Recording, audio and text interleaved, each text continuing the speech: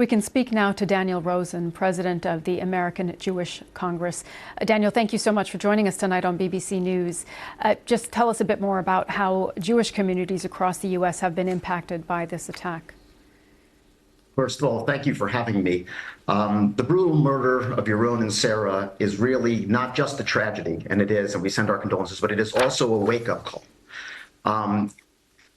Since October 7th, the rise in anti-Semitism has continued to grow. As the grandson of Holocaust survivors, we never saw that we would see levels of anti-Semitism like this. And I think the brutal murder of these two young, innocent people is an example that we need leaders in our communities to step up and really begin to stamp out hate of all kind.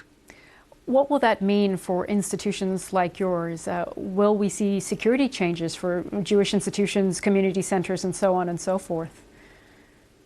The answer is yes. We have continued to be vigilant. We are, each time an event like this happens, obviously these are soft targets and we need to be incredibly careful. The government has been very supportive in helping to secure facilities. But as we saw yesterday, here are two innocent Jewish young people at an event for young Jewish people at the Jewish Museum in the Capitol, and look to see what happens. So we're going to have to continue to be vigilant and rely on the government to help continue to support the protection of Jews in the United States. It's hard to believe that in this day and age that two young people could walk out of a building and that could happen. And it needs to stop. You said the support of the federal government. Indeed, what would you like to see the government do to help protect some of these institutions?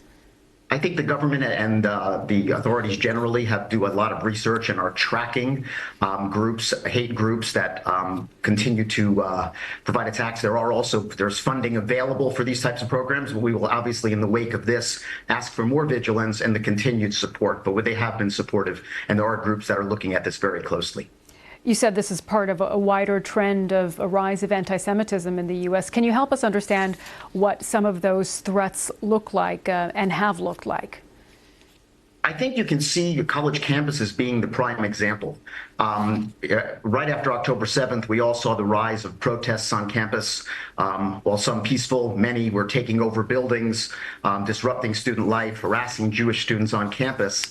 And while some of those continue and have calmed down, there is a simmering anti-Semitism beneath the hood that we are incredibly focused on. And it's with certain professors providing academic information that is leading to anti-Semitism and anti-Semitic rhetoric. And what we can see is words matter, what kids study matters, because what we saw yesterday was an example of how words can escalate into violence. And Daniel, to that point that you just made there, how do you thread that needle, if you will, or walk that line between what is considered a peaceful protest over policy and what then descends into what you've described as violence and anti-Semitism? It's a great question. I think that we need to have strong leaders with moral clarity who define, obviously, people have rights in this country, right to protest and free speech, but that does not give them the right to have to violate laws, to take over buildings, to harass students. And we need leaders to provide accountability to the students that break those rules.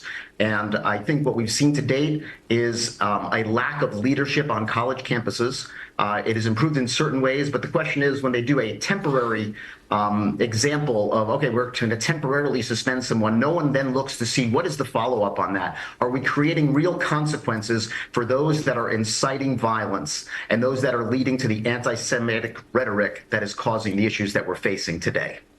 And Daniel, just briefly before we let you go, the American Jewish Congress, are you rethinking scheduled events, for example? We are not. We will continue to do the way we have always done. And this is the organization has been around for over 100 years and has been through many, many tough moments for the Jewish community. As we all know, anti-Semitism is not new. So we will continue fighting for not only anti-Semitic hate, but against all hate. We have a long tradition of standing up for other minority groups, and they have stood up for us. And we look forward to continuing to do that fight. One thing we are very focused on, and the big difference now, is to empower our younger generation of people who are receiving information on TikTok and many other sources of getting false information to pause and think and teach critical thinkers to step up. And let's all show moral clarity and lead by example in doing what is right. Okay, Daniel Rosen, thank you so much for joining us tonight.